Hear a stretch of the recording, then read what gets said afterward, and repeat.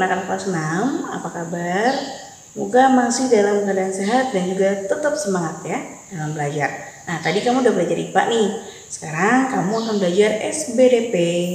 Silakan buka buku kamu halaman 44. Ya. Oke, hari ini kita akan mempelajari tentang macam patung berdasarkan objeknya. Kalau kemarin itu kan berdasarkan wujudnya. Nah, hari ini kita akan mempelajari tentang patung berdasarkan objeknya.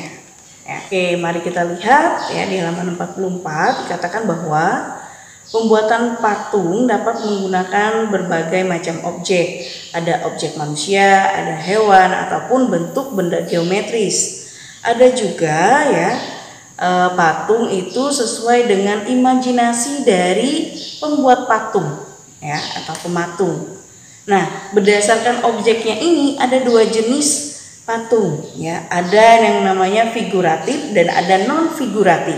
Dimaksud dengan jenis figuratif adalah karya seni patung yang dibuat menirukan bentuk-bentuk alami. Misalnya adalah hewan, tumbuhan ataupun manusia secara utuh ya. Atau bisa dibuat dengan cara fragmentasi atau disederhanakan atau secara stilasi atau digayakan ya. Jadi bila kita lihat yang figuratif ini berarti karya seni patung yang mirip dengan benda-benda yang ada dalam kehidupan kita sehari-hari secara utuh ya, manusia, hewan ataupun tumbuhan. Nah, sedangkan non figuratif itu adalah karya seni yang dibuat tidak meniru bentuk alami atau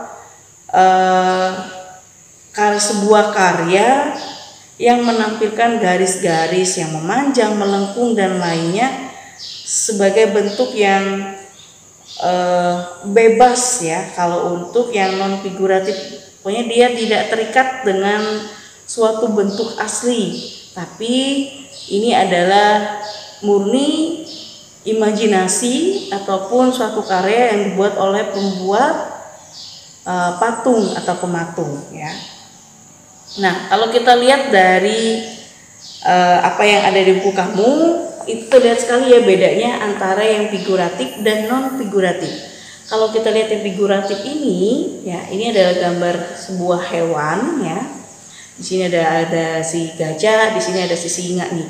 Nah, kalau kita lihat patung ini kan benar-benar sama dalam kehidupan kita sehari-hari. Cuma yang mungkin membedakan adalah gayanya ya. Seperti yang dikatakan tadi, ada yang memang disederhanakan ya, ada yang memang pilihannya adalah digayakan ya. Misalnya entah dalam gaya dia membuat patung itu mungkin singanya tidak diam tapi sedang membuka dengan wajah yang sangar misalnya di patungnya itu ya. Nah, sedangkan non figuratif itu dia tidak mempunyai bentuk ya ataupun bebas seperti garis-garis ataupun bentuknya seperti di sini adalah memanjang, melengkung dan sebagainya. Nah, kalau kita lihat kan di sini ada sebuah jenis patung, kita nggak tahu apakah ini kuda, tidak seperti kuda ya. Cuma poinnya di sini adalah untuk menambah keindahan dari suatu tempat ya. Jadi adanya patung ini untuk menambah sisi keindahan, ataupun bisa juga terkadang patung itu dibuat jadi sebuah maskot ya. Jadi sesuatu yang menandakan suatu daerah ini tuh ada patung ini ya. Jadi seperti itu. Kalau kita lihat bentuknya memang lebih bebas ya, sesuai dengan imajinasi dari si pembuat ataupun orang yang memesan dari yang pembuat ya. Nah, contohnya seperti yang ada di buku kamu. Oke, jadi itulah pembahasan kita tentang patung berdasarkan objeknya. Jadi ada dua, ada figuratif dan non figuratif. Figuratif bentuk-bentuk alami yang seperti ada dalam kehidupan kita, hewan, tumbuhan dan manusia secara utuh. Sedangkan non figuratif artinya dia bebas ya, sesuai dengan imajinasi dari sang pembuat patung ya. Nah, untuk latihan kamu di rumah, silahkan kamu tuliskan soalnya, bukan bacakan ya.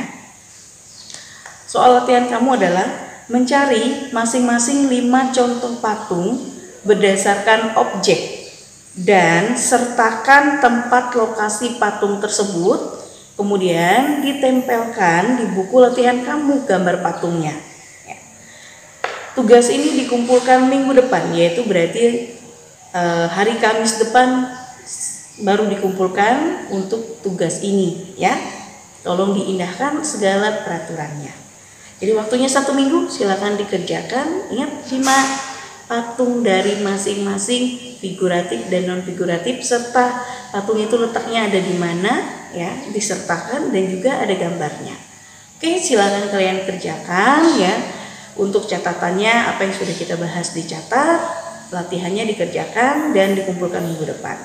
Oke, sampai di sini dulu video pembelajaran kita hari ini. Ingat, tetap sehat, tetap semangat, selalu menjalankan protokol kesehatan dengan cara menggunakan masker ketika berada di luar, selalu mencuci tangan, dan juga hindari kerumunan orang banyak. Sampai di sini dan sampai jumpa.